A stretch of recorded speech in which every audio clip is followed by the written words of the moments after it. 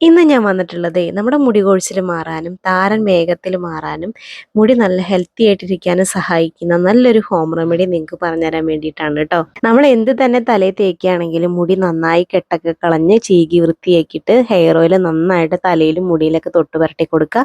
എന്നിട്ട് വേണം നമ്മൾ ഉണ്ടാക്കി വെച്ചിട്ടുള്ള ഐറ്റംസ് നമ്മൾ തലയിൽ തേക്കാൻ വേണ്ടിയിട്ട് കേട്ടോ. ഞാൻ ഉപയോഗിക്കുന്നത് എൻ്റെ തന്നെ ഹെയർ ഓയിലാണ്. അപ്പം നമ്മൾ ഇന്ന് ഇവിടെ ഉണ്ടാക്കാൻ പോകുന്നത് ഉലുവയും ചെമ്പരത്തിയുടെയും തിളപ്പിച്ച വെള്ളമാണ് കേട്ടോ. ഒരു 3 ചെമ്പരത്തി എടുത്തിട്ടുണ്ട്, 1 സ്പൂൺ ഉലുവ, 2.5 ഗ്ലാസ് വെള്ളത്തിലിട്ട് നന്നായിട്ടൊന്ന് വെട്ടി തിളപ്പിക്കുക. ഒരു 10 മിനിറ്റ് നേരിട്ട് തിളപ്പിച്ച് കഴിഞ്ഞാൽ ഇതേപോലെ അതിൻ്റെ സത്തൊക്കെ ഇറങ്ങി നല്ലോണം പിടിച്ചിട്ടുണ്ടാവും കേട്ടോ വെള്ളത്തിൽ. എന്നിട്ട് അത് ചൂടാറാൻ വേണ്ടി വെക്കുക. എന്നിട്ട് ഇതേപോലെ ഒരു തുണിയിൽ, ഷിഫോൻ്റെ തുണിയിൽ ഒരു നല്ല വൃത്തിയുള്ള പാത്രത്തിലോട്ട് അത് തന്നെ പിഴിഞ്ഞെടുക്കുക. അതിൻ്റെ സത്തും കൊഴുപ്പൊക്കെ ആയിട്ട് നമുക്ക് നല്ല കൊഴുത്തൊരു വെള്ളം കിട്ടും കേട്ടോ. അപ്പോൾ അത് നമുക്ക് തലയിൽ തേച്ച് പിടിപ്പിക്കാവുന്നതേ ഉള്ളൂ. ഇനി ഇത് നമുക്ക് തലയിൽ മുഴുവനായിട്ടൊന്ന് തേച്ചെടുപ്പിക്കാം കേട്ടോ. വളരെ ഈസി ആയിട്ടുള്ള ഒരു ഹെയർ കെയർ മെത്തേഡാണ് കേട്ടോ അത്.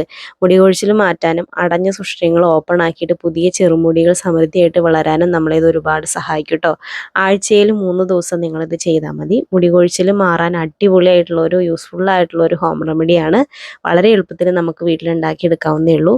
ജോലിക്കൊക്കെ പോകുന്ന ചേച്ചിമാരുണ്ടെങ്കിൽ, രാവിലെ തല കുളിക്കുന്നവരാണെങ്കിൽ ഈ ഒരു ഹെയർ കെയർ മെത്തേഡ് യൂസ് ചെയ്തിട്ട് പോവുകയാണെങ്കിൽ നമ്മുടെ തലയോട്ടുള്ള സ്കിന്ന് ഹെൽത്തി ആയിട്ട് നമുക്ക് മെയിൻറ്റെയിൻ ചെയ്യാൻ പറ്റും കേട്ടോ.